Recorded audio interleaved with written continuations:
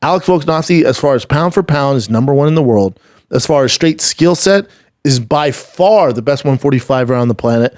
He's also the second best, if not the best lightweight on the planet. How about that? How about them apples? And now, Brandon Thick Boy Schaub. What is up, fight fans? It is Monday morning, July 10th, coming in hot. Coming in very hot off of UFC 290 pay-per-view. I would say by far the best full card pay-per-view we've had in a hot second. By far the best of 2023. Best in memory so far for me. I mean, it was top to bottom, just a real pleasure. The whole thing was just fantastic. My word.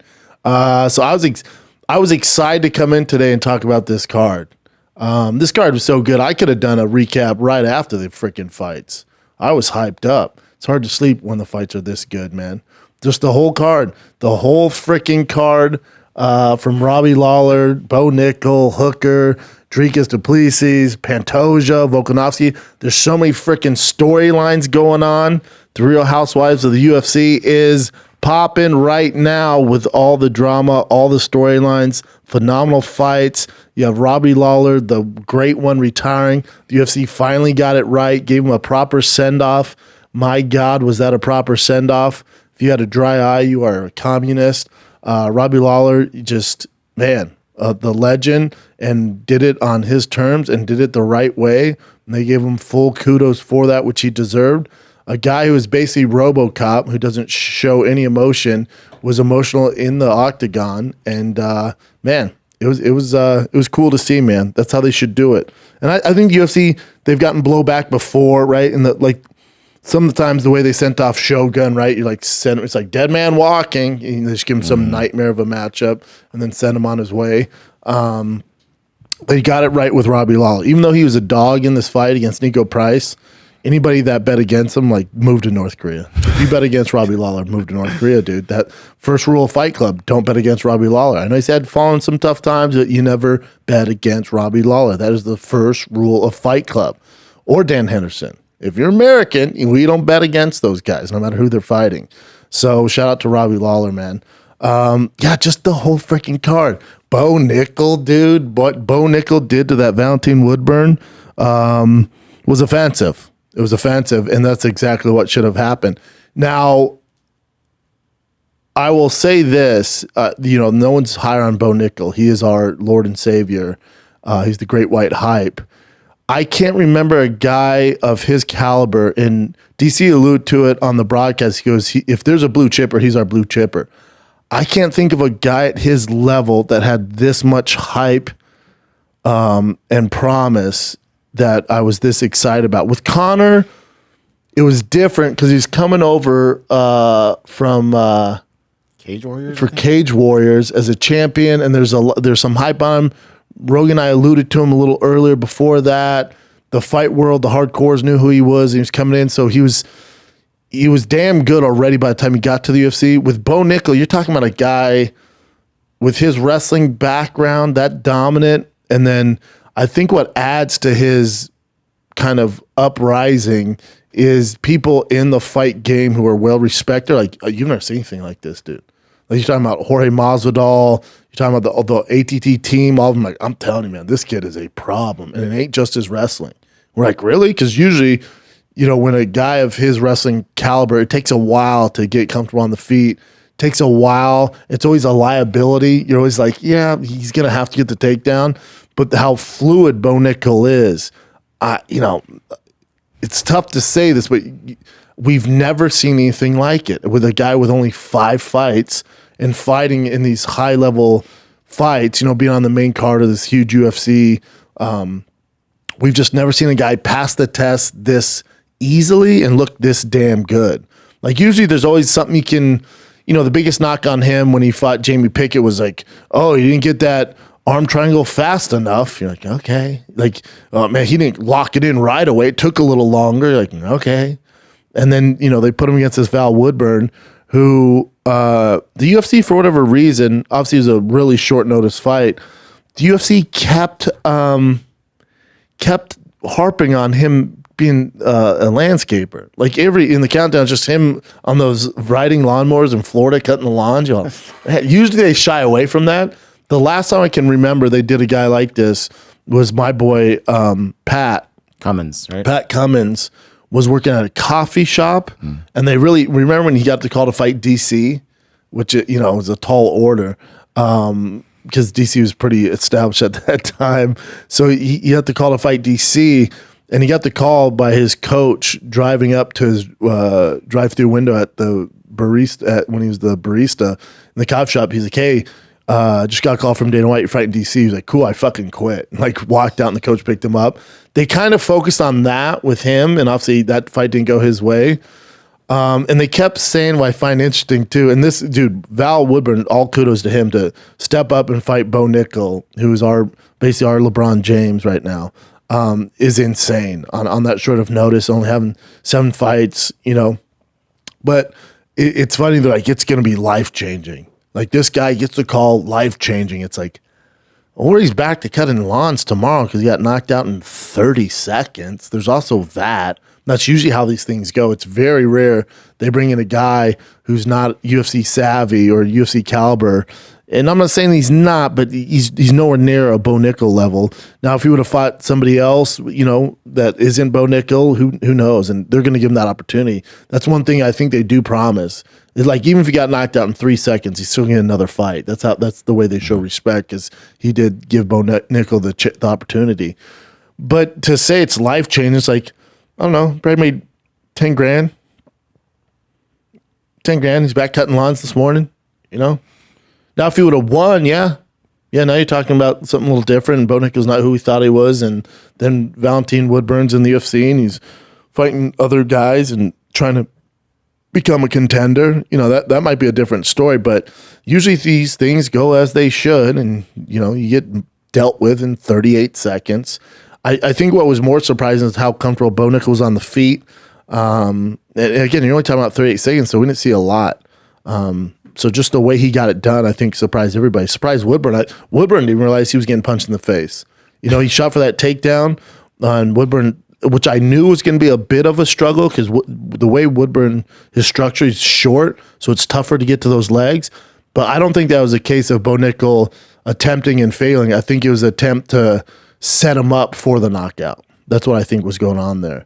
But, shout out to Bo Nickal. What they do next with him, I think he's a top 15. I honestly personally think he's a top 10 guy right now.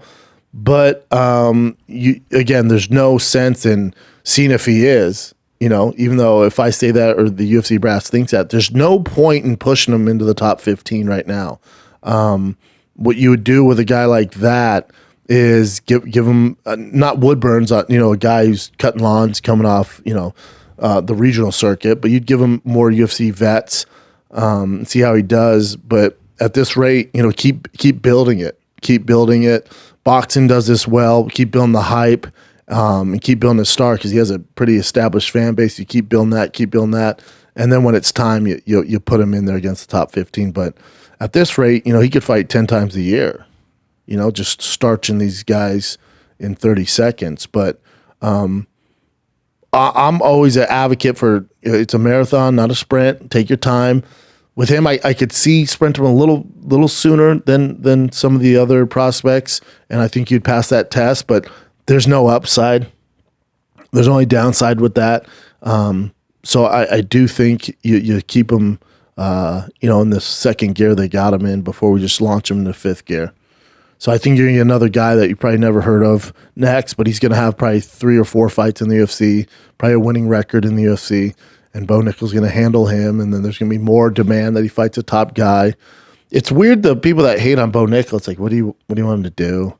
And it's tough for hate on even his post fight, not even a presser when he's inside the octagon. He's like, hey, being a fighter is great, but it's all about being a dad, and being a good husband, a good father. You're like, oh, how can you hate on the guy? I guess it's American Pie as they get, dude. He's the real deal in every facet, man. He's the next face of the UFC. I would bet a lot of money on that. I'd bet a ton of money on that. Let's take a little break, kids, from talking about all the Real Housewives of mixed martial arts. Because guess what? Our friends at DraftKings Sportsbook, take your shot and win huge with DraftKings Sportsbook. You could win big with money lines, props, parlays, and more. If you bet on all the underdogs, or at least the 3 major underdogs on this last UFC, you're making bank, dude. So right now, new customers can score $150 in bonus bets instantly for betting just $5 on anything. We're talking, you got MLB popping right now. You got UFC this Saturday, all right? You got NBA Summer League going on, but really you got baseball and UFC is really all you need to know, all right? So again, you can score $150 in bonus bets instantly for betting just $5 on any sport you want. Download the DraftKings Sportsbook app right now. Use code Schaub. That's code Schaub only at DraftKings Sportsbook. Gambling problem? Call 1-800-GAMBLER in New York. Call 877-8-HOPE-NY or text HOPE-NY 467-369. In West Virginia, visit www.1800gambler.net in partnership with Hollywood Casino at Charlestown Races. All games regulated by West Virginia Lottery. Please play responsibly. In Connecticut, help is available for problem gambling. Call 888-789-7777 or visit ccpg.org. On behalf of Boot Hill Casino Resort, Kansas, 21 or older in most eligible states, but age varies by jurisdiction. See DraftKings.com Sportsbook for details, state-specific responsible gambling resources. Bonus bets expire 7 days after issuance. Eligibility and deposit restrictions apply. Terms at sportsbook.draftkings.com/baseball terms. DraftKings, this week you got UFC Fight Night. You got MLB popping right now, going into the All-Star game. Make sure you download the DraftKings Sportsbook app right now. Use promo code SHAUB. You're welcome. This episode of the Schaub Show is also brought to you by the best on the planet. I'm talking about that Kratom for you out there that never tried it. Now is the time, my friends at Happy Hippo. That's happyhippo.com. Yep, just like that thick animal in Africa. Happyhippo.com. Promo code is thick with 3 C's, 23. You save 20% off for life. I'm talking about the gummies, the freaking powders.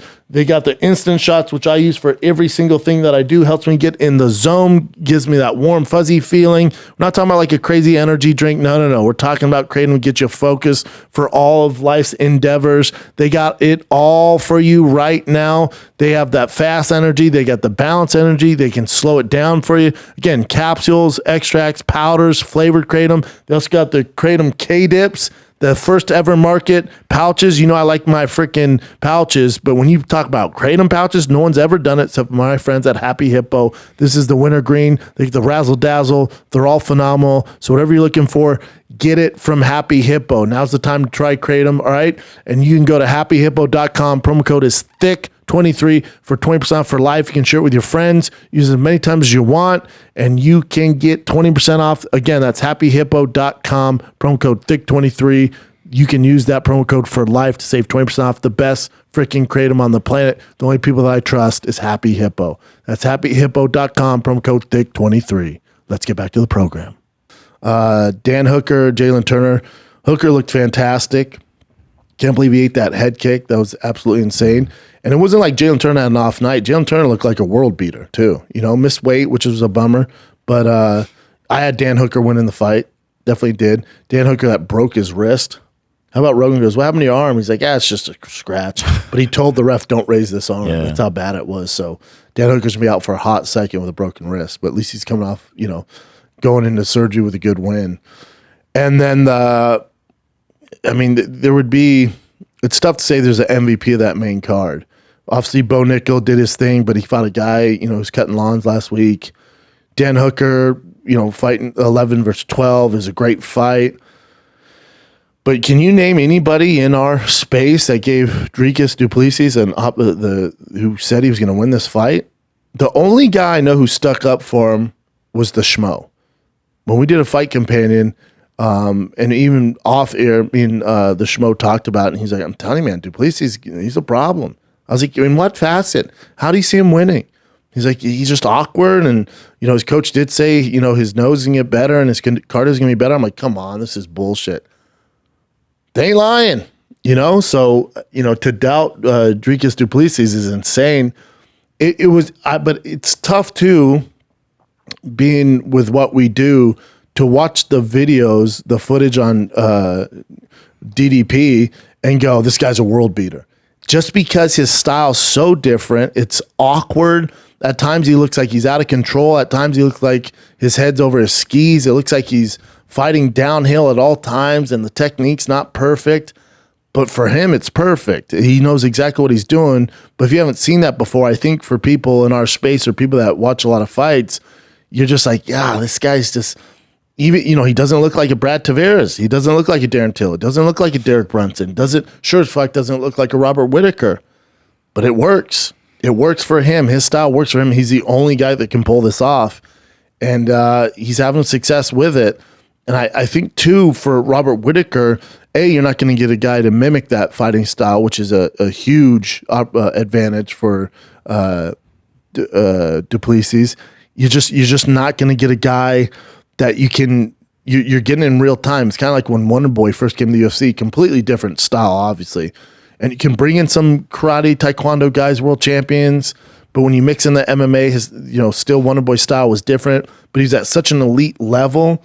You can kind of mimic it, but and you can get used to some tendencies, but it's going to be tough to get the exact version of Wonderboy, and that's why he had so much success early on. Shit, even he beat Robert Whittaker, at 170. But with du Plessis, it's just, it's hard if you've watched enough fights to go, he does this really well, he does this really well, this is world-class, or this is world-class. But at the end of the day, it's world-class because it works for him. I don't think there's anybody else could do what he does and have success. And he hits like a Mack truck. That's the other thing. I didn't realize how fucking big the guy was. He's a big, tough son of a bitch, man. And his cardio did look better. His cardio looked a whole lot better. I think, at the end of that first round, you can see Robert Whittaker when he goes his corner, he's just kind of like, the hell is this? Like, he was just like, I don't know what's going on here, man. Like, he knocked me down with just a straight right. Like an awkward, not like a wind up, just this straight right. Like he just has that South African strength. I don't know where it comes from. You can't teach that. I think a lot of what he's doing, you can't teach. And if you had a young kid who was getting into MMA, you probably wouldn't show him a du Plessis video and go, this is fighting. Because it looks like chaos to the trained eye. But for him, it's not, or even the untrained eye, it looks like chaos. But for him, it's not chaos. It's this beautiful symphony, and he knows exactly where he's at and what he should be doing, when to press, when not to press. And after what he did to Robert Whittaker, and the guy's 20-2, so clearly this style works for him. So hats off to Dricus du Plessis. There's not much more you can say, but we all got it wrong. I don't know anybody in this space who picked him to win this fight. I couldn't think of a worse matchup for him. I think if you're looking at the glass half empty here, you go, Robert Whittaker didn't look the same. Maybe Robert Whittaker's older.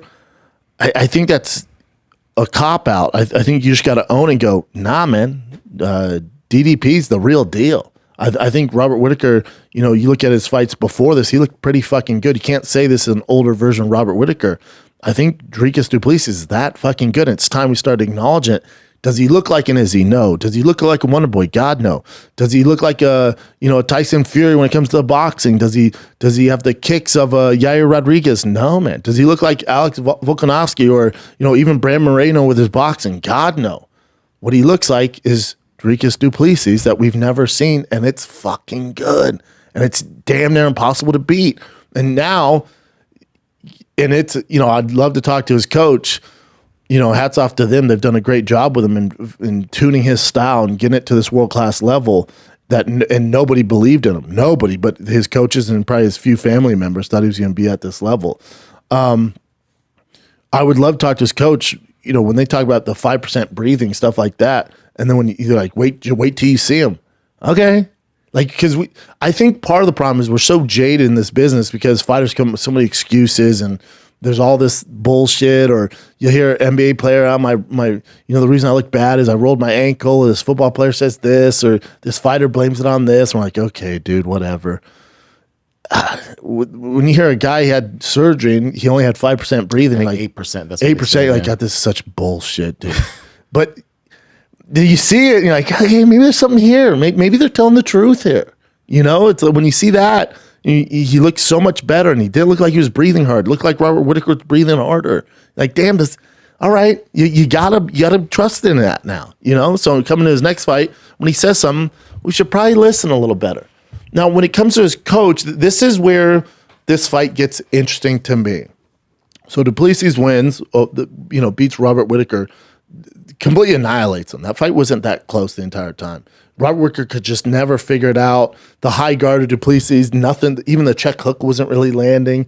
The leg kicks were there a little bit, but overall, du Plessis kind of controlled that entire fight until he finished him in the middle of the second round. So then we know part of the reason DDP was there is, Izzy needs fresh blood. And, he's beat everybody. He's beat Robert Whittaker twice. So, but I would still be excited if Robert Whittaker won that fight. For that fight, you're like, all right, you can do it. Robert Whittaker's earned it. He's probably the best middleweight in the world, not named Izzy. I get it. Let's see if he can get over the hump. And it'd be good for Izzy, right? So they have Izzy sitting cage side, and Izzy wants to go on. You can see the intensity on Izzy's face when that fight was going on. Izzy was hoping DDP won this fight. Little backstory there. The reason why Izzy was so upset. Now this is we're gonna get in a dicey area here, fellas. It's I'm not familiar with the politics of South Africa and New Zealand and all that shit, but I'll do my best here. I'm a dumbass. Let's see how this goes. But so DDP's coach, this is so insane we're talking about this, but this is that side of the world. DDP's coach tweeted out before, I think even I forget when it was on his Instagram, but he's talking about his 8% breathing. And then he's saying, Izzy, we're coming for you. You're not even a real African. Check your passport. You're the one that moved out of here. You're not a real African. The true African is to be champion. And that's when it gets dicey. And I think this is a huge this is two-sided. I think it's a huge mistake by DDP's coach to go that direction. But then also, I don't know the politics out there. I don't know how that works, right? Like, does the South Africans feel that way? Like, is that a thing out there? Which I think it is. And for Izzy, you got to realize, Izzy's from Nigeria, right? He's Nigerian. Mm-hmm. So you got to remember, Izzy was born in Africa, moved to New Zealand when he was a young kid, and got bullied because he didn't look like the other kids in New Zealand. So he grew up with that fire in his belly, not fitting in, getting made fun of because he didn't look like a New Zealander. They made fun of him from being from Africa. So you have this kid who is bullied for not being New Zealand, right? And has, tremendous pride where he comes from and his roots in Africa. And then DDP's coach pokes that bear. And it goes deep for Izzy. You're talking about a guy, that's what makes Izzy who he is. And so you're kind of poking that, and you're saying, you're not really an African. Man, you fucked up. I'm going to tell you this now because, I do think Izzy's the best fighter we have on the roster. And one of the things about Izzy, if you learned anything about his last fight with Alex Pereira, is when you give Izzy a reason to train, you give him a reason to focus and a reason to get up in the morning and run those miles and put in the work that it takes to be at his level. When you give him not only a reason, but you give him the reason, like Alex Pereira was, he was 2-0 against him. He hasn't beat him. And then he finally knocked him out. Insane. Chin bet against him, a piece of shit for it. But I called it, and your boy called it. And it's whatever, dude. This is different though. This goes beyond that because now you're bringing in a cultural aspect to it, and you're touching nerves in Izzy that haven't been touched before, and you woke up the sleeping giant. It just so happens that sleeping giant is the best in the world, and I don't think you could tell. Like even for DDP, he was uncomfortable in that. Inside the octagon when he was saying, when Izzy was saying that N-word and he was like, you're not my brother, and all that stuff. Mm-hmm. I was like, oh, DDP was like, what the fuck did I do? Now, on the other side of it, remember, DDP was coming off a Darren Till win, which, obviously he's not a world beater in any facet, but a good name, but still, you don't beat Darren Till then jump to Izzy. But he got in the news because the coach posted that. So it got the attention of Izzy, for good or bad, it got the attention of Izzy, and we're talking about it. Then the UFC goes, okay, here's Derek Brunson. He beats him. They double down on it. You're like, okay. And Izzy's like, I hope he wins. I fucking hope. Really? I'm not from Africa. I'm not true African. Okay. I hope he wins. And Izzy was saying, I hope he wins. And then the UFC goes, oh, we got something here. Here's Robert Whittaker. Here you go. Here's Robert Whittaker. Good luck. Worst matchup in the world. But if you beat him, we got something here. Mm-hmm. He beats him. Y'all fucked up.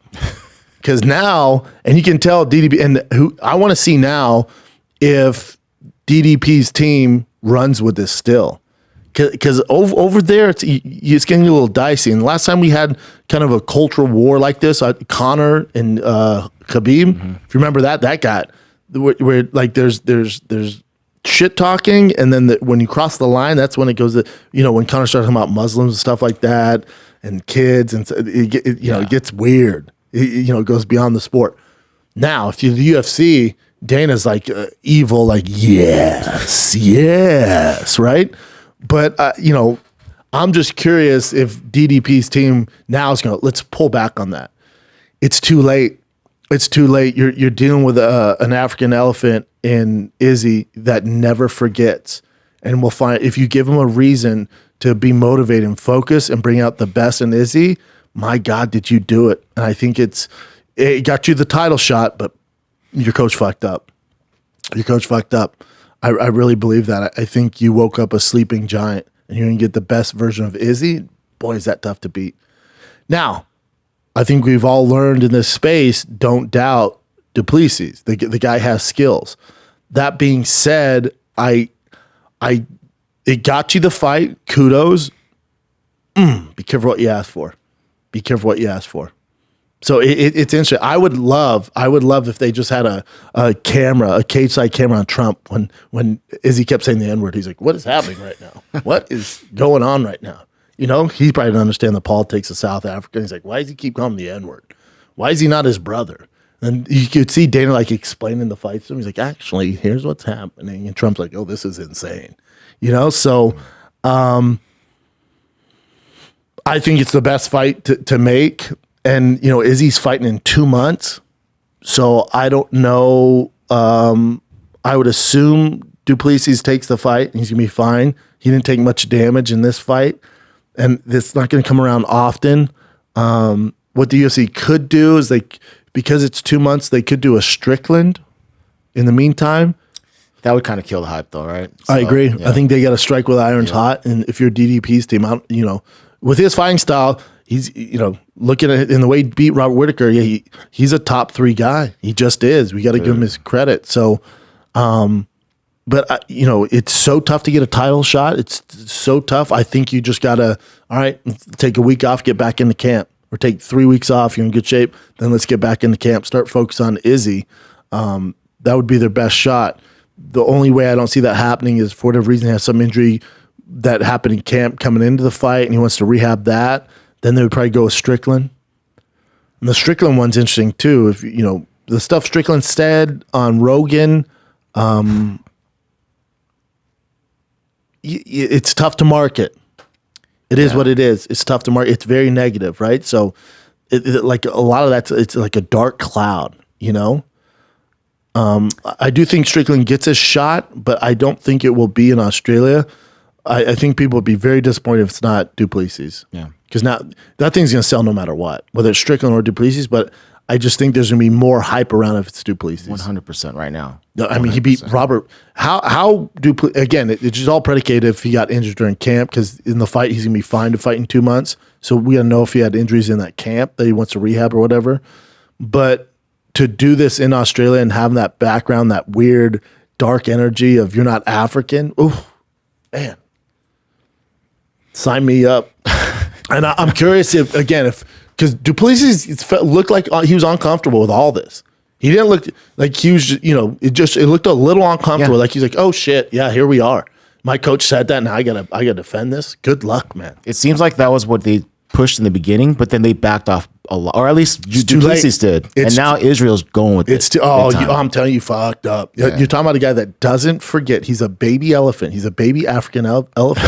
So whether you want to ride with it or not, you might as well go full heel with it and build this fight up. Because if you start backing off like, listen, we made some mistakes. We realize he's from Africa. Get the fuck out of here. Because you said that, Izzy's not going to let it go. Yeah. So you might as well lean into it and build this fight up. Then after, be like, dude, I was just trying to sell tickets.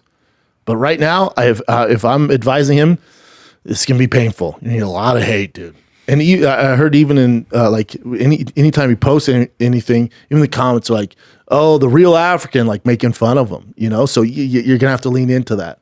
You got to be the heel for Izzy here, especially if you want to build this fight, sell the tickets, because you can't go back. You've always crossed that line, and Izzy's not going to let you forget it. Even if you apologize right now, it does not matter. Izzy is fired up, dude. He's not going to let you drop it, so you might as well do it. Heavy lies the crown, man. You're going to be champ. That's what it's going to take.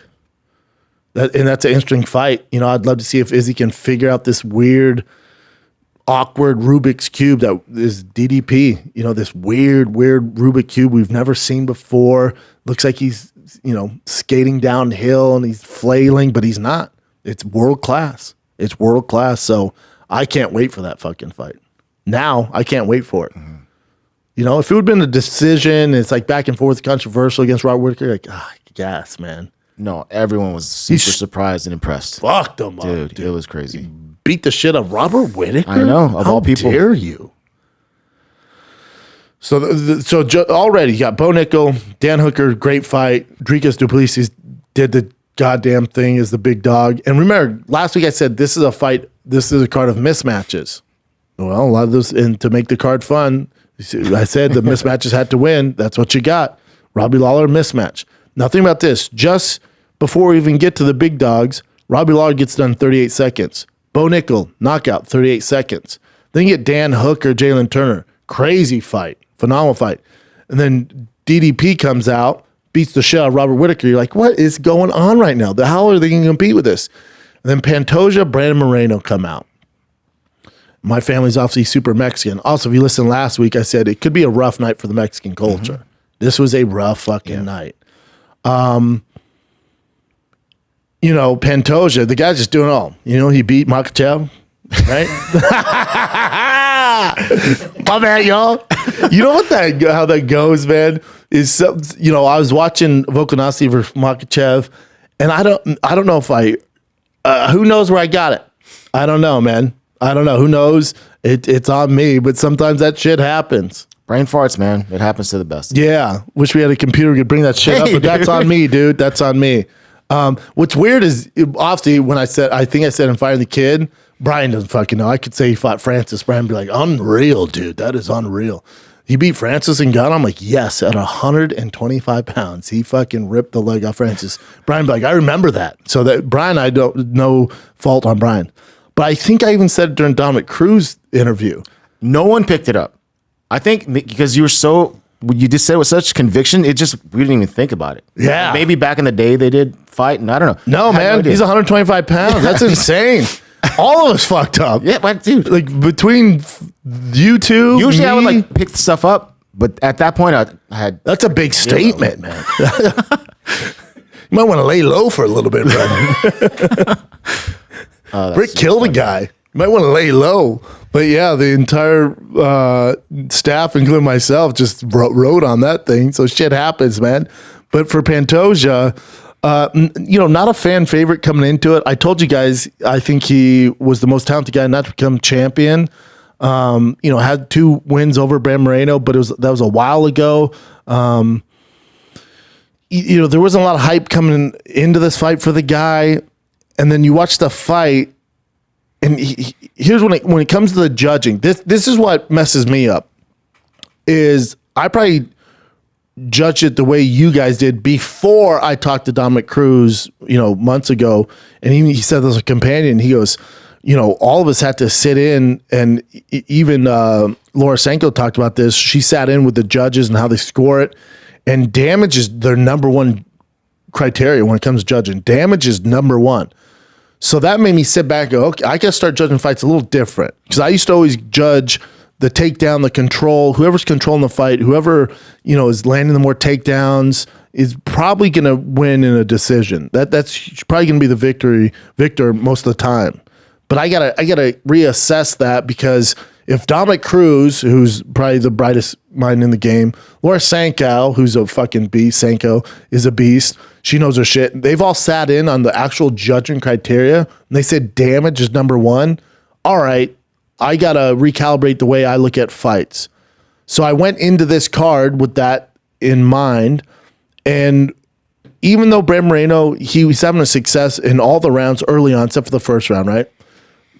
Second round, he almost got the finish, did the most damage, close one to get the finish. Third, fourth, and fifth. Obviously, the fifth, he lost. He was lighting up on the feet, but got taken down, controlled a little bit in the fifth. A year ago, or even 6 months ago, I went, what are you talking about? Pantoja all day. Controlled him, got the takedowns, was way more successful on the takedowns. Wouldn't do a lot of damage with the takedowns, but he controlled him. Pantoja won the fight. Probably 3 rounds to 5, easily. 3 out of the 5 rounds goes Pantoja. This is easy. But when you judge it based off damage done, and that's the way I'm told they're supposed to judge the fight, I gave it to Brandon Moreno. I thought Moreno won the fight. Based off that judging criteria, which I'm told by judges and 2 of the smartest minds in the game, that they base it off damage done. If you watch that fight, you go, well, Brandon Moreno definitely did the most damage. And not to mention, dude had a broken hand. Broke his hand the first round. Really? So kudos to Brandon Moreno. So based off that, knowing what I know and talking to people in the game, I give it to Brandon Moreno. You know, there you go. Brandon Moreno suffered broken hand first round of the fight. But again, you know, the judging's all over the board. Are those judges basing off that? It's weird. It's weird, man. You look at the CompuStrike numbers, you know, it shows Brandon Moreno. But then you look at the control, you look at the takedowns, that's Pantoja. So it's a tale of different stories, you know. I can see how they give it to Pantoja based off the old judging criteria. Yeah, you get the most takedowns, controlled the fight. Comes straight damage done, you'd have to give it to Brandon Moreno. So I thought that's how they were going to do it. I really did.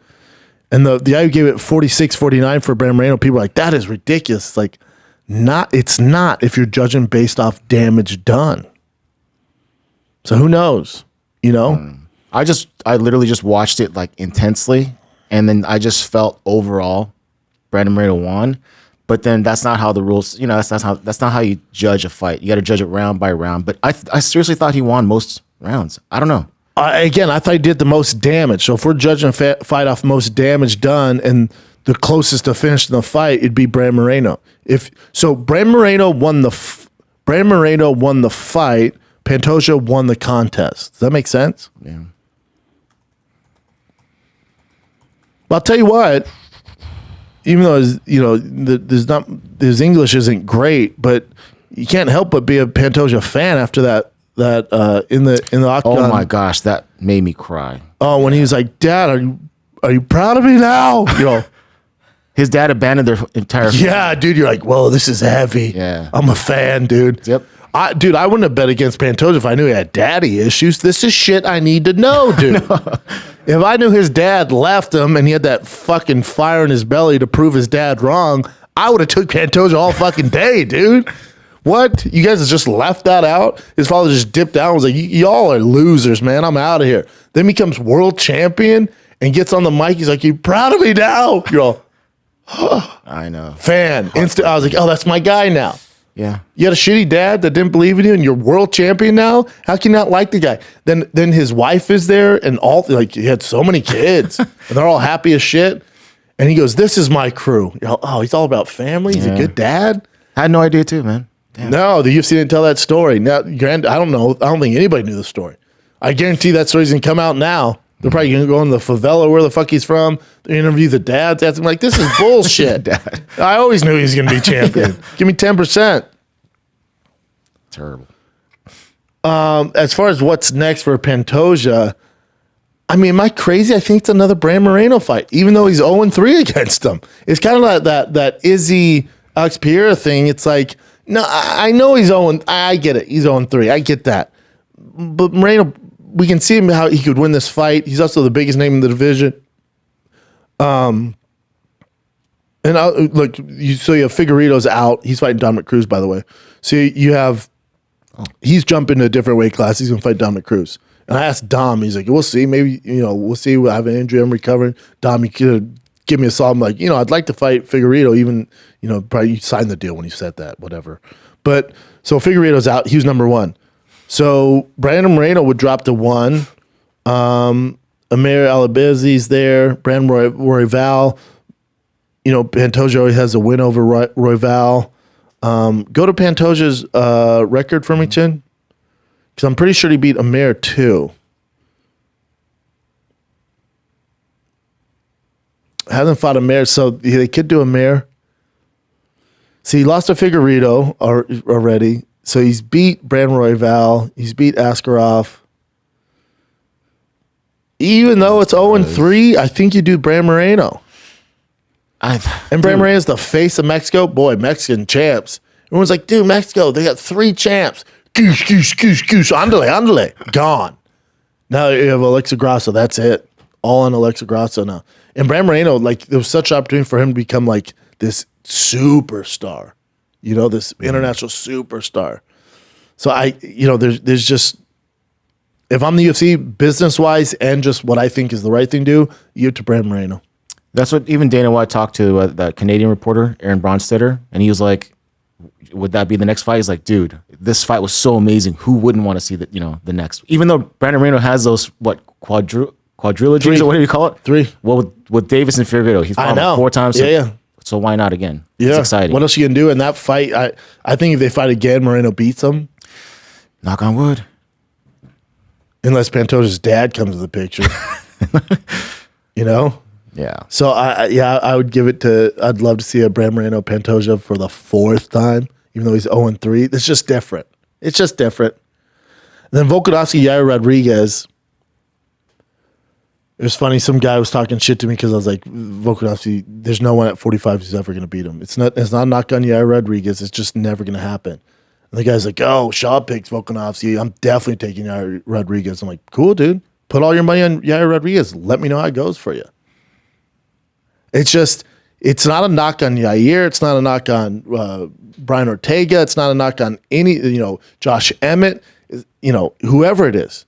It doesn't matter. There's not a guy at 145 pounds walking this earth who's ever going to beat Volkanovski right now in the next 5 years. Now, once he gets older, you're going to have a better shot. Right now, after watching his fight against Makhachev, which some people thought he won, the way he made that thing competitive, the way that he showed his strengths, everybody's fucked at 45. It's never going to happen. He's too calculated. He's too smart. He's too good at everything. He's too much of a professional. And I know it's early to say he's the best 145 of all time, but he's the best 145 of all time. You know what the fuck he would do to a prime Jose Aldo? He beat him. So he's my GOAT. I know Jose Aldo has more title defenses. I don't give a fuck about any of that stuff. Alex Volkanovski, as far as pound for pound, is number 1 in the world.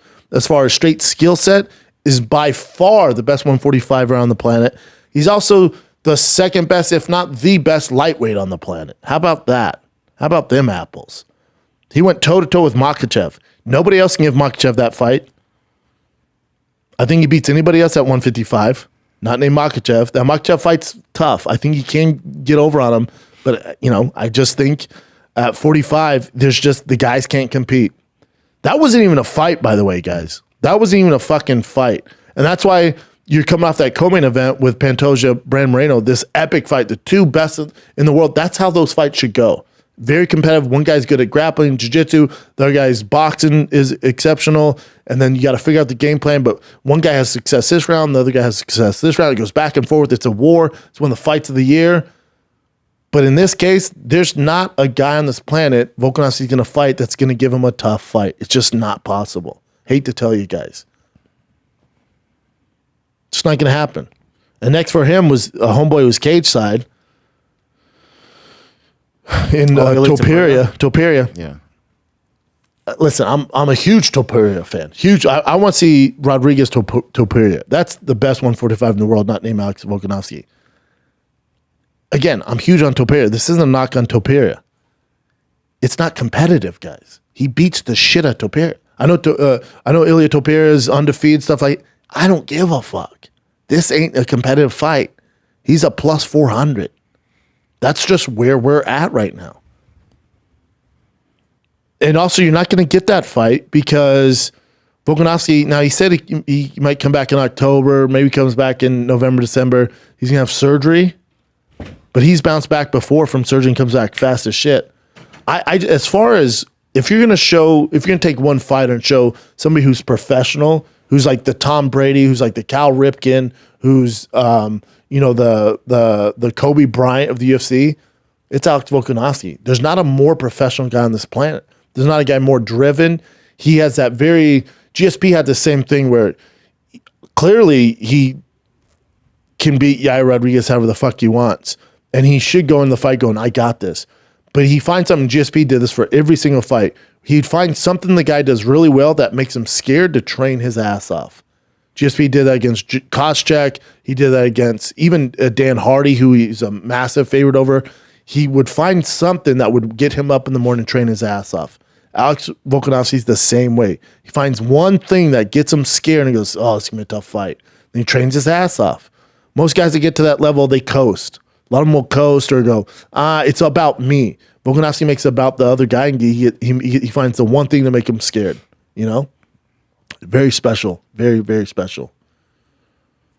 But the whole fucking card, man. What a fight card. Yeah. What a fight fun card. to watch. Favorite fight card in a long freaking time. Let's take a little break, kids. What I got for you? Well, what I got for you is the best nootropic on the freaking planet from Onnit. That's right, the #1 selling nootropic on the planet. Talking about Alpha Brain. You can get it at Walmart. You can get it all over Whole Foods.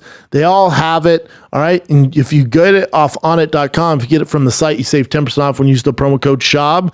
But also, they have more than just Alpha Brain. They offer Alpha Brain Black, Alpha Brain Instant, Alpha Brain Shot.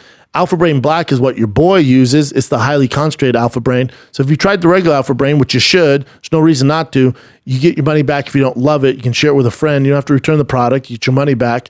But if you want to aid in mental processing, you want caffeine-free, helps get in the flow state, promotes focus, supports memory, help remember names. Like, did Makhachev really lose to Pantoja? I was not using Alpha Brain that day. Focus on complex tasks, think more clearly under stress, react more quickly. If you could use all that, try out Alpha Brain. Alpha Brain Black is the one I recommend. That's Onnit.com. Promo code is Schaub. Onnit.com/Schaub. Save 10% off all Onnit products. We're talking protein powders, warrior bars, streaming fitness, kettlebells, steel club maces. We got it all, but we also got the best nootropic on the planet. We're talking about Alpha Brain. Onnit.com/Schaub. Receive 10% off. You're welcome. Let's get back to the program. What do you got, buddy? A lot going on in the Real Housewives of the UFC. Yeah. So on this fight card, here's a news story from this fight card. So remember Jack Della Maddalena? So Jack was supposed to come on the show tomorrow, but he's currently in Vegas because he's ready to fight. There's a fight night Saturday night. Holly Holm versus Silva. That card could use Jack. Yeah. So Jack's hope is that Dana White finds him a fight so he just stays in Vegas and fights on Saturday. Yeah. So I just talked to his coach. Sounds like they're gonna find him a fight, and I was like, obviously you weren't going to, but just know there's no pressure on it. Dude, I know how it is fight week. Definitely don't want him traveling, even though it's short, but let's do it next week after he beats whoever it is up. Jack's such a savage. So you remember his original opponent was Sean Brady. Then he had that crazy elbow issue with that fluid building up. And I love Sean Brady. That Sean Brady versus Jack's a great fight. Exactly, yeah. It would have been an awesome fight. And then he had this newcomer, Josiah Harrell, who was supposed to fight him as well. But during the pre-medical screenings, he found out that he has some rare brain disease that needed medical attention and they right said away. if he would have fight, he probably would have died. He could have, had a stroke or something. I mean, that would have been a catastrophe for the UFC. If he would have got head kicked and died, our sport goes. Thank God for those pre-screenings. Like they're serious about that stuff. So thank God. Yeah. So he's saying it's a blessing in disguise, and that's the reason why Jack couldn't fight this weekend. That's a good reason not to fight. Definitely. And then Jackson get a fight, even though it's not Sean Brady, but he'll still be active. Yeah. All right. So the biggest news I think over the week was John Jones versus Stipe Miocic. It's official now for UFC 295 in November. If you remember, Chael thought it was going to be in Australia, John Jones versus Sergey Pavlovich. Yeah. He's way off. I don't know. But then the next day, we got word that Steve. So I've known about this for a while. So I'm not a journalist. I don't break news, but I knew Stipe John was happening at UFC 95 for a month now. 295. Yeah, for a month now. All right. So that's pretty damn cool. Tough fight for Stipe. Yeah, and this has been all over the social media and everything. But so Israel Adesanya during International Fight Week met up with John Jones, and they kind of squashed the beef. They did like a couple videos together, so that's pretty cool. Yeah, it was cool, man. Yeah, and and when you look at that, he's not small, dude. He's not small. I but kept Jones telling you guys that huge. Jones is big. Yeah, but Izzy has sandals on, dude, and there's Oh yeah, I didn't even think about that. same height. Maybe John's a tad taller, but But he's just so much bigger though. John's thick. Yeah. John's thick right now. Two of the GOATs. I love to see it. They're never gonna fight. No, definitely not. So that's another video, but everyone's seen this video already. But this right here was interesting. So Tyson Fury commented. I wonder if they have it here though. There it is. So Tyson Fury made a story post. He says, Johnny Bones, imagine the amount of right hands I catch you with here. And he's looking at the sparring video of the fake sparring video. Yeah, Stylebender. That's just John Jones. Tyson's best at marketing. I've no doubt myself against anyone. This is John Jones saying. I may just knock you out. In boxing, 100% he knocked both of them out. No, so this is John Jones responding to Tyson. He says, I have no reason to doubt myself against any man. Give me a few months in a serious boxing camp. I like my chances. I may just knock you Yeah, out. that's never happening, but it's fun to talk about. But what you are happening, and I got this info I text you guys. Again, I'm not a journalist, so I'm not going to break news like Ariel or something like that. It's just not what I do, nor do I care to do it. But Francis versus Tyson Fury, I got word. Now, remember last week's show where it's an exhibition match. Like, what's going on? I was like, that's a terrible idea. It's not. The reason they say exhibition is because somewhere in Saudi or wherever they're doing it, it's this weird dynamic between the entertainment promotion and the actual fight promotion. And the entertainment promotion was the ones that were like behind it for a little bit. And the way they get around dealing with all the commission, that stuff, is by saying it's an exhibition. But this is a straight up real fight. There's no gimmicks. It's not sparring, not a glorified sparring match. When this goes down, it's official. When it goes down in Saudi Arabia, wherever they do in the Middle East, it is a straight up real fight. Tyson Fury, Francis Ngannou, straight up boxing match. Francis Ngannou made the right decision. He's saying, fuck all the haters, all the doubters. Now we know for a fact, and I always said this, again, I love Francis. He's been on the show how many times? I absolutely love Francis. But I stick by it. That when Francis left the UFC, if he didn't get this Tyson Fury fight or Deontay Wilder fight or Anthony Joshua fight, it was a mistake. He got the fight. It's official. He's fighting Tyson Fury, the best boxer to ever do it, in a legit boxing match. Francis Ngannou won. He made the right decision. Shout out to his agent, who Markel took all this shit. What are you doing? You're ruining his career. What's up now? What's up now? Yeah. They made the right decision. They crawled through some shit like Andy Dufresne. They came out on the other side. Now they're fighting Tyson Fury. They're going to make all the money. There's no amount, the PFL, there's no amount, any other organization the UFC could pay him that's going to make up more ground than him fighting Tyson Fury, Francis Ngannou. Francis did it. He did it his way, even though we haven't seen it done this way.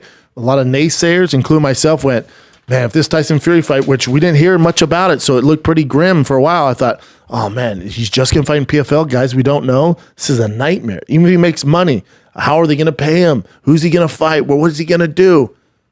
Shut up. If I'm Markel, I'm going, but shut up. Yeah, we knew this whole time this was going to happen. It's very tough. Boxing is tough to get into. There's a lot of different moving parts. It's going to take some time.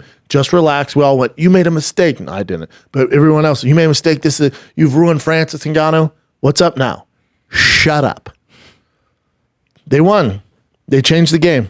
Hats off to them. Now, again, I don't know what's going to happen with PFL. I'm not saying that. All I'm saying from the standpoint of Team Francis Ngannou and Markel, they've won. They made the right choice to leave the UFC. This fight does not happen if he's in the UFC. Dana would not allow this to happen. Even though he's entertained with John and Tyson, that fight's never happening. That's whatever. But as far as Francis goes, he beat the game, dude. We should all give him Francis credit, you got to give Markel credit. Yeah, for sure. That guy went through some shit, man. You guys gave him so much shit. He pulled it off. Nobody in the history of combat sports has ever done this. He did it, dude. With the heavyweight champion of the UFC, he went, we're going to leave the biggest promotion in the world and bet on ourselves. More times than not, this never works out. I can see, credit to those that doubted him. I get it. I was like, oh, man. And we didn't get a lot. We didn't hear anything. No crumbles. Seemed Tyson Fury was like, yeah, it's not really happening. He's talking shit to John Jones. And then, with the Usyk fight and all that, we're like, oh, where's Francis? Oh, no. It's not going to happen. Now we got to watch him beat up some guy we've never heard of in PFL. And they're giving him all this money. That's going to last 1 or 2 fights. There's no way they can cover that. I get it. They knew what they were doing. Shout out to Markel, man. You did it, brother. Proud of you, man.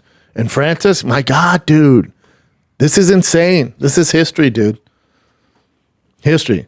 Now, what in this wild world we live in, the Real Housewives of Mixed Martial Arts, what if Francis beats Tyson Fury? No matter what happens, he's won. He could go in there and get knocked out by a jab in 3 seconds, and he's just still make the same amount of money. Does not matter. But if he beats him, we're going Sizzler.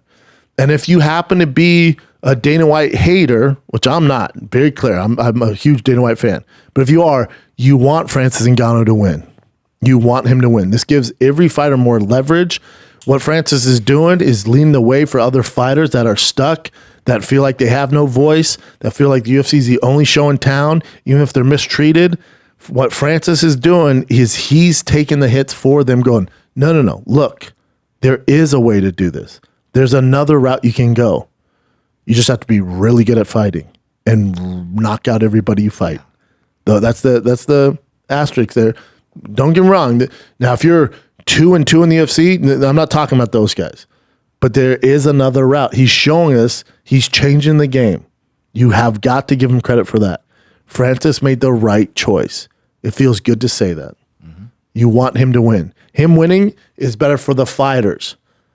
It's not better for the UFC, but it's better for the fighters. So if you care about the fighters, you want to root for Francis. Francis won. Markel won. They changed history. This is a good thing. Mm-hmm. And I follow Markel, and that's my boy. Yeah, he put some posts out that he left CAA to start his own business. Mm-hmm. And I didn't know he has some sort of heart condition. He had to get surgery. Mm-hmm. Hopefully, it seems like he's okay. Yeah, he's recovering. Yeah. So he solely works with Francis. That's awesome. Now they're going to be coming out the woodworks to work with him. Yeah. Oh my God, we knew you were going to have this all the time. Really? Where are you 6 months ago? And according to this article from It takes cojones, dude. Yeah, you're imagine the shit he went through. Remember the tax he got? Yeah, from Dana. The racist tax? I don't know. No, they were straight up racist. I mean, from a random source. Sure. I'm just saying. Yeah. The shit he went through. He went through some shit. Oh, yeah. It must feel good. And he still says he appreciates Dana White very much. And for sure. Yeah. No issues. But yeah, so according to this article, it just shows you can do it, but you have to walk through some fire. You have to bet on yourself 100%, no backing down. Bet on yourself and your fighter. Yeah. You have to, like, the relationship between Francis and Markel is insane. Like, you would have to have so much belief in each other. Francis and Markel, major faith, and Markel and Francis. Like, there has to be no chink in that armor. There has to be no weak point. You have to trust the process. My God, did they go through it? Sky's the limit now, fellas. Yeah. Proud of them, man. So as I was saying, this article says 10 to 50 times bigger purse than the UFC, but who knows what the actual number is? Oh, it's gonna be massive. I mean, it's gonna be huge, of course. Massive, man. Especially if it's gonna be a real fight now. So thank God, it's a real fight, dude. Yeah. Massive, massive, bigger than anything the UFC is gonna do this year or the next 10 years. Bigger than any John Jones fight. Bigger than John Jones Francis. They've won. No matter win, lose, or draw, Markel and Francis fucking won, dude. It's insane. It's so dope. It's amazing, yeah. Okay, so this isn't good. If you're a McGregor fan, I know what you're bringing up. This isn't good. Go ahead. This is an interview from Aaron Bronstetter with Dana White, and then this is Dana White's response to the whole USADA thing with Conor McGregor. McGregor versus Michael Chandler on one of those cards. I hope so. Do you think there's still a chance of them fighting this year? 100%. Yeah. Is Conor back in the USADA pool from He's what you not. understand? He's not. Okay. So Well, he's needing an USADA has exemption. said it's going to be 6 months before he can compete again. Eh. When he re-enters the pool, is that something that the UFC is still going to hold true to? We'll see how that plays out. I mean, they're saying that now, but we don't. Who knows? I don't talk about shit until shit happens. You know what I mean? To sit here and think hypothetically how a million different things could happen, no idea. I'm focused on what's happening this Saturday. That's fair. And the next Saturday, and you know what I mean? UFC 300 isn't even in my mind right now. The Conor thing, who the hell knows how that's going to play out? Who cares what USADA says? We'll see what happens when it happens. So I don't know. One thing we can talk about is So the main point of that is like Dana White did say, "Who cares what USADA says?" Right? It's taken out of context though, because you're bringing up that article. Angry response to Crystal Mauricio about USADA when he says, "Who cares?" He's saying, as of now, there's no news. Who cares what Conor says? Who cares what USADA says? Who cares what this person has to say? Who cares what the expert? None of it matters. I'm putting one fire at a time. Who cares what they're saying right now? Not saying it doesn't matter what USADA says. I don't like USADA. USADA ain't shit. That's what they want to write in the reports. I'm with Dana on this. He's going, no. I'm focused on UFC 290 right now. Who cares what everybody's saying? Like you said, you don't care what USADA says. You can do whatever you want. He's like, no. All of it. Who cares? Until I have to come and deal with that, I don't care about what you guys say, what the media's saying, what podcasters. I don't give a fuck about all that. That's all he's saying. Yeah. So at I think the post-fight press conference, he did basically say that statement. Yes. Yeah, that's not what he meant. Anybody with half a brain can figure that out. But again, that's not going to get a good article. It clicks. Yeah. What gets clicks is him going, fuck USADA. cares? Who cares about USADA? Mm-hmm. No, he's not saying that. He's like, what? No, who cares about any of this right now? And also, Conor tweeted this and deleted it. Someone asked him, I guess a fan asked him, tell us when the fight with Chandler. He posted emoji of Santa. And he goes, December. And then he deleted it. But then he put this as well. Yeah, I listen, I could see the Conor fight happening in December. That's you'll be announced. I think the UFC will trump USADA and go, we're using the exemption. He's fine. We don't give a shit. That's what's going to happen. I mean, yeah. They're going to trump him like, no. I remember you said that from the beginning. Very beginning. But I thought like USADA, it was in stone. You have to do 6 months. But yeah. They're it's employed by Conor. the UFC. It's Conor. He's fighting. Like, wait, he was in the protocol for 6 months. Shut up. And Conor knows this. Dana knows this. USADA doesn't know this. But I guarantee you, Conor knows, all right, I'm fighting December. That's why I see him right now. Not, you see him wilding out and doing his thing. Everyone's like, he's not even trained because he knows he's not fighting to December. It's not happening this year. Yeah, it is. You think Dana's going to let the Ultimate Fighter run its course and they don't fight till sometime next year? No. He knows he can just trump USADA and go, he's fighting. And hey, hell yeah. We're all going to watch, obviously. I'll say it. So. Fuck USADA. How about that? Yeah. So Kamaru Usman was doing... Oh, just fight, Hamzat. So they did like a Legends panel during the International Fight Week. Kamaru was there, Chuck Liddell was there, a bunch of people, Uriah Faber. So Kamaru said that he thought the fight was still on. He still wants to fight Hamzat. And then Hamzat responded with this. Holy shit. His beard looks fake. Because they're they have so many thick. follicles. It looks like it's Go ahead. Yeah. Kamaru Usman, why you talking about me? You said you want to fight 84 kilos. Just 185. Wait, no problem for you. You're a boogeyman. But I'm the wolf. Come up. I don't like the zooming in stuff, but I he's was, saying, I come was up. like scared of him, like all on board, and now it's like, hey man, but are you gonna fight? Yeah. It's been like a year, dude. What's going on here? There's contenders. There's a million fights for him. At the end of the day, it falls on you, dude. At the end of the day, it's like, at first it was like no one will fight him. They can't get him fights. Now it's like, hey, you still fight, man? That conspiracy you're talking about? Right? Yeah. Could be. We'll see. And you hear other guys like, yeah, I tried finding him. I don't know. It just didn't happen. Everyone's like, it just didn't happen. A year later, he's like, I'm the boogie, I'm the wolf. You're like, wolves fight, dude. Are you going to fight? Yeah, We're I all don't know dying to what's see happening. him. It's such a mismanaged career. Whether it's his fault or the UFC's, I'd be willing to lean into it more on his side because UFC's like, yeah, let's whatever, man. Let's just fucking fight. And he's like, well, hold on here. Let's Yeah. get this. Yep. Let's let this pass first and see what happens. But yeah, Yep. I hear what you're saying. Your boy Marlon Chito Vera has a new opponent, He's fighting next week. Pedro Munoz, 292. Oh no, he's fighting in 292. Boston. Yeah. I mean, yeah, it's a far cry from our boy Henry Cejudo, but fun fight. Alrighty. This is just a quick one where Dana White reacted to John Jones being at Yeah, I thought he couldn't be around alcohol. I thought he was for sober. more than 12 hours. Masvidal's thing, he was taking shots. Like, does that kind of get you worried?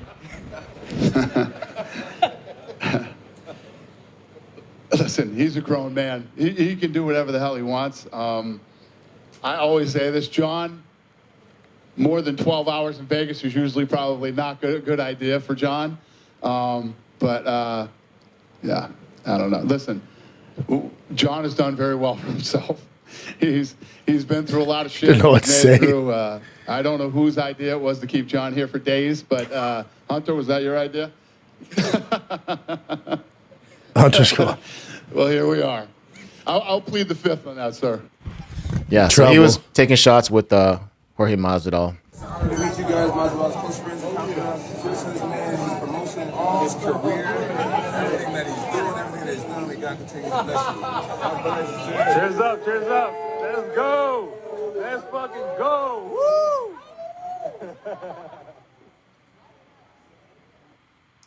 But so far, he seems fine.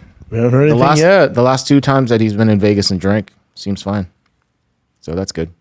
I thought this was pretty cool. Michael Bisping is going to be, I guess he was in the first Den of Thieves with Gerard Butler, like a side character. He's going to reprise that role. I think he has a bigger role in this one. That's dope.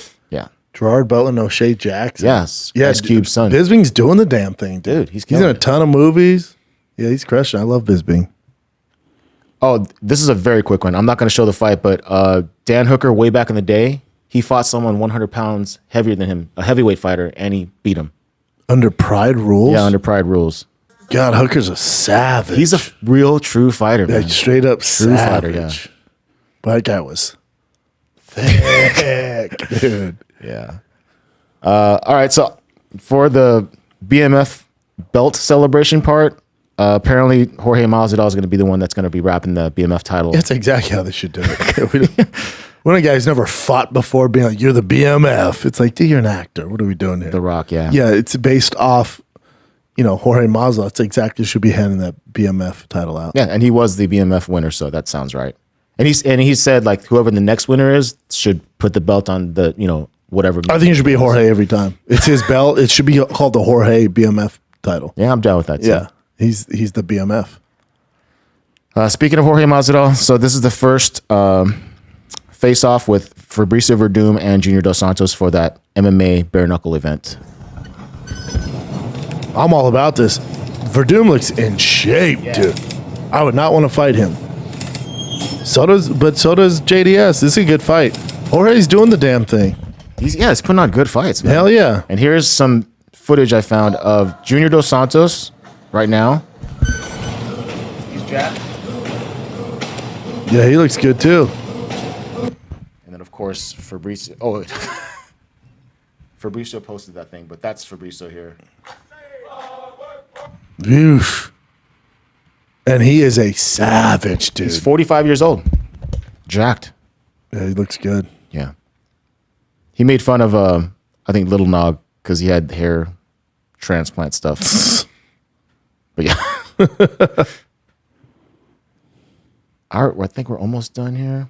Oh, so during the UFC Hall of Fame ceremonies, did you see Jose Aldo?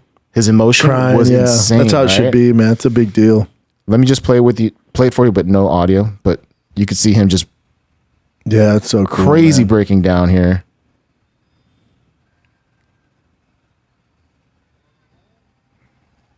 Yeah, he's taking it all in right now. Yeah, I love it. Yeah, he that was deserves it, super man. emotional. That's a cool time. But so Cowboy Cerrone was also inducted in the Hall of Fame, and then he mentioned that he made $10 million in the UFC, and people thought that was already pretty crazy. And but his bonuses were crazy. That's not. He made 900,000 bonuses. Yeah. It's not crazy though. People, I know. I thought it was weird. People were like, "Whoa, 10 million." You realize Cowboy made the UFC more in his one fight against Conor McGregor. He made the UFC more than 10 million just that one fight. Over that historic career, $10 million over how many fights? I mean, to me, 10 when you million break sounds it down, like crazy, it's not. but yeah, It sounds crazy because how long did he fight? it says 10 over his 10-year fighting career. It's $1 million a year. It's You know? damn good living, but yeah. Yeah, But but I mean, no, the hold on. It's $1 million a year. Hold on. That's not including taxes, managers, the fees. It's fighting for a living. Yeah, I will say though, Probably taking home by I don't know 500, 600,000. And then also I would assume that was towards the later end of his career when he made the majority of his money. Oh, there it is. So $10 million. They point out right here. $10 million is a lot of money, and we're happy that Cerrone is happy with what he made. But it's hard not to point out that the gate for Cerrone's fight against Conor McGregor at UFC 246 was $10 million alone. The event sold 1.35 million pay-per-views, which is roughly $88 million. As the B-side to one of the biggest fights of 2020, he should have made a big percentage of that $10 million in one night. He didn't get a cut, dude. Again, maybe I just have a salty way of looking at the UFC. When I heard 10 million, I'm like, God, that's it for Donald Cerrone? A legend of sport, stepped up for every fight. The majority of that money was made in probably his last 3 years of fighting. I guess the way I was looking at it is like he wasn't champion. He's like a guy that keeps fighting. But he fought all the big names. No, yeah. All the main events. I think they all deserve way more money for sure. It's just, when I saw him, I'm like, God, that's not good. It's fucked up. Yeah, to me, I look, it's fucked up, dude. The guy dedicated his life to this. In any other sport, if you're at his level of celebrity, you're set for life. Cowboy ain't set. You know? I mean, I think he did well with his money, building his ranch and all that stuff, and he does a lot of other stuff right now too. Hopefully, I'm pretty sure he's pretty good, man. And he's doing acting now too, which is cool. Yeah, I love Donald. Yeah, but that's pretty much it for current events. Those were good. Cool. Those were good. Hopefully, our boy Jack gets his fight on Saturday in Vegas. Holly Holm coming back. I'm curious what they're going to do with the division. Terrence McKinney is probably my favorite fighter on the card. So excited when he fights. He's on the main card. He kicks that off on ESPN Plus. Tough card, man. Tough card. But at least you got Terrence McKinney. Yeah, he's always exciting. Yes. Holly Holm, Silva. That bantamweight division they need to figure out. Maybe we get a Ronda Rousey return. That's what I think happens. UFC 300, Ronda Rousey. I think she comes back. That'd be sick. Yep. We'll see. All right, kids, enjoy the fights on Saturday. As far as dates go, I got a bunch of dates coming up. We'll announce them probably later by the end of the week.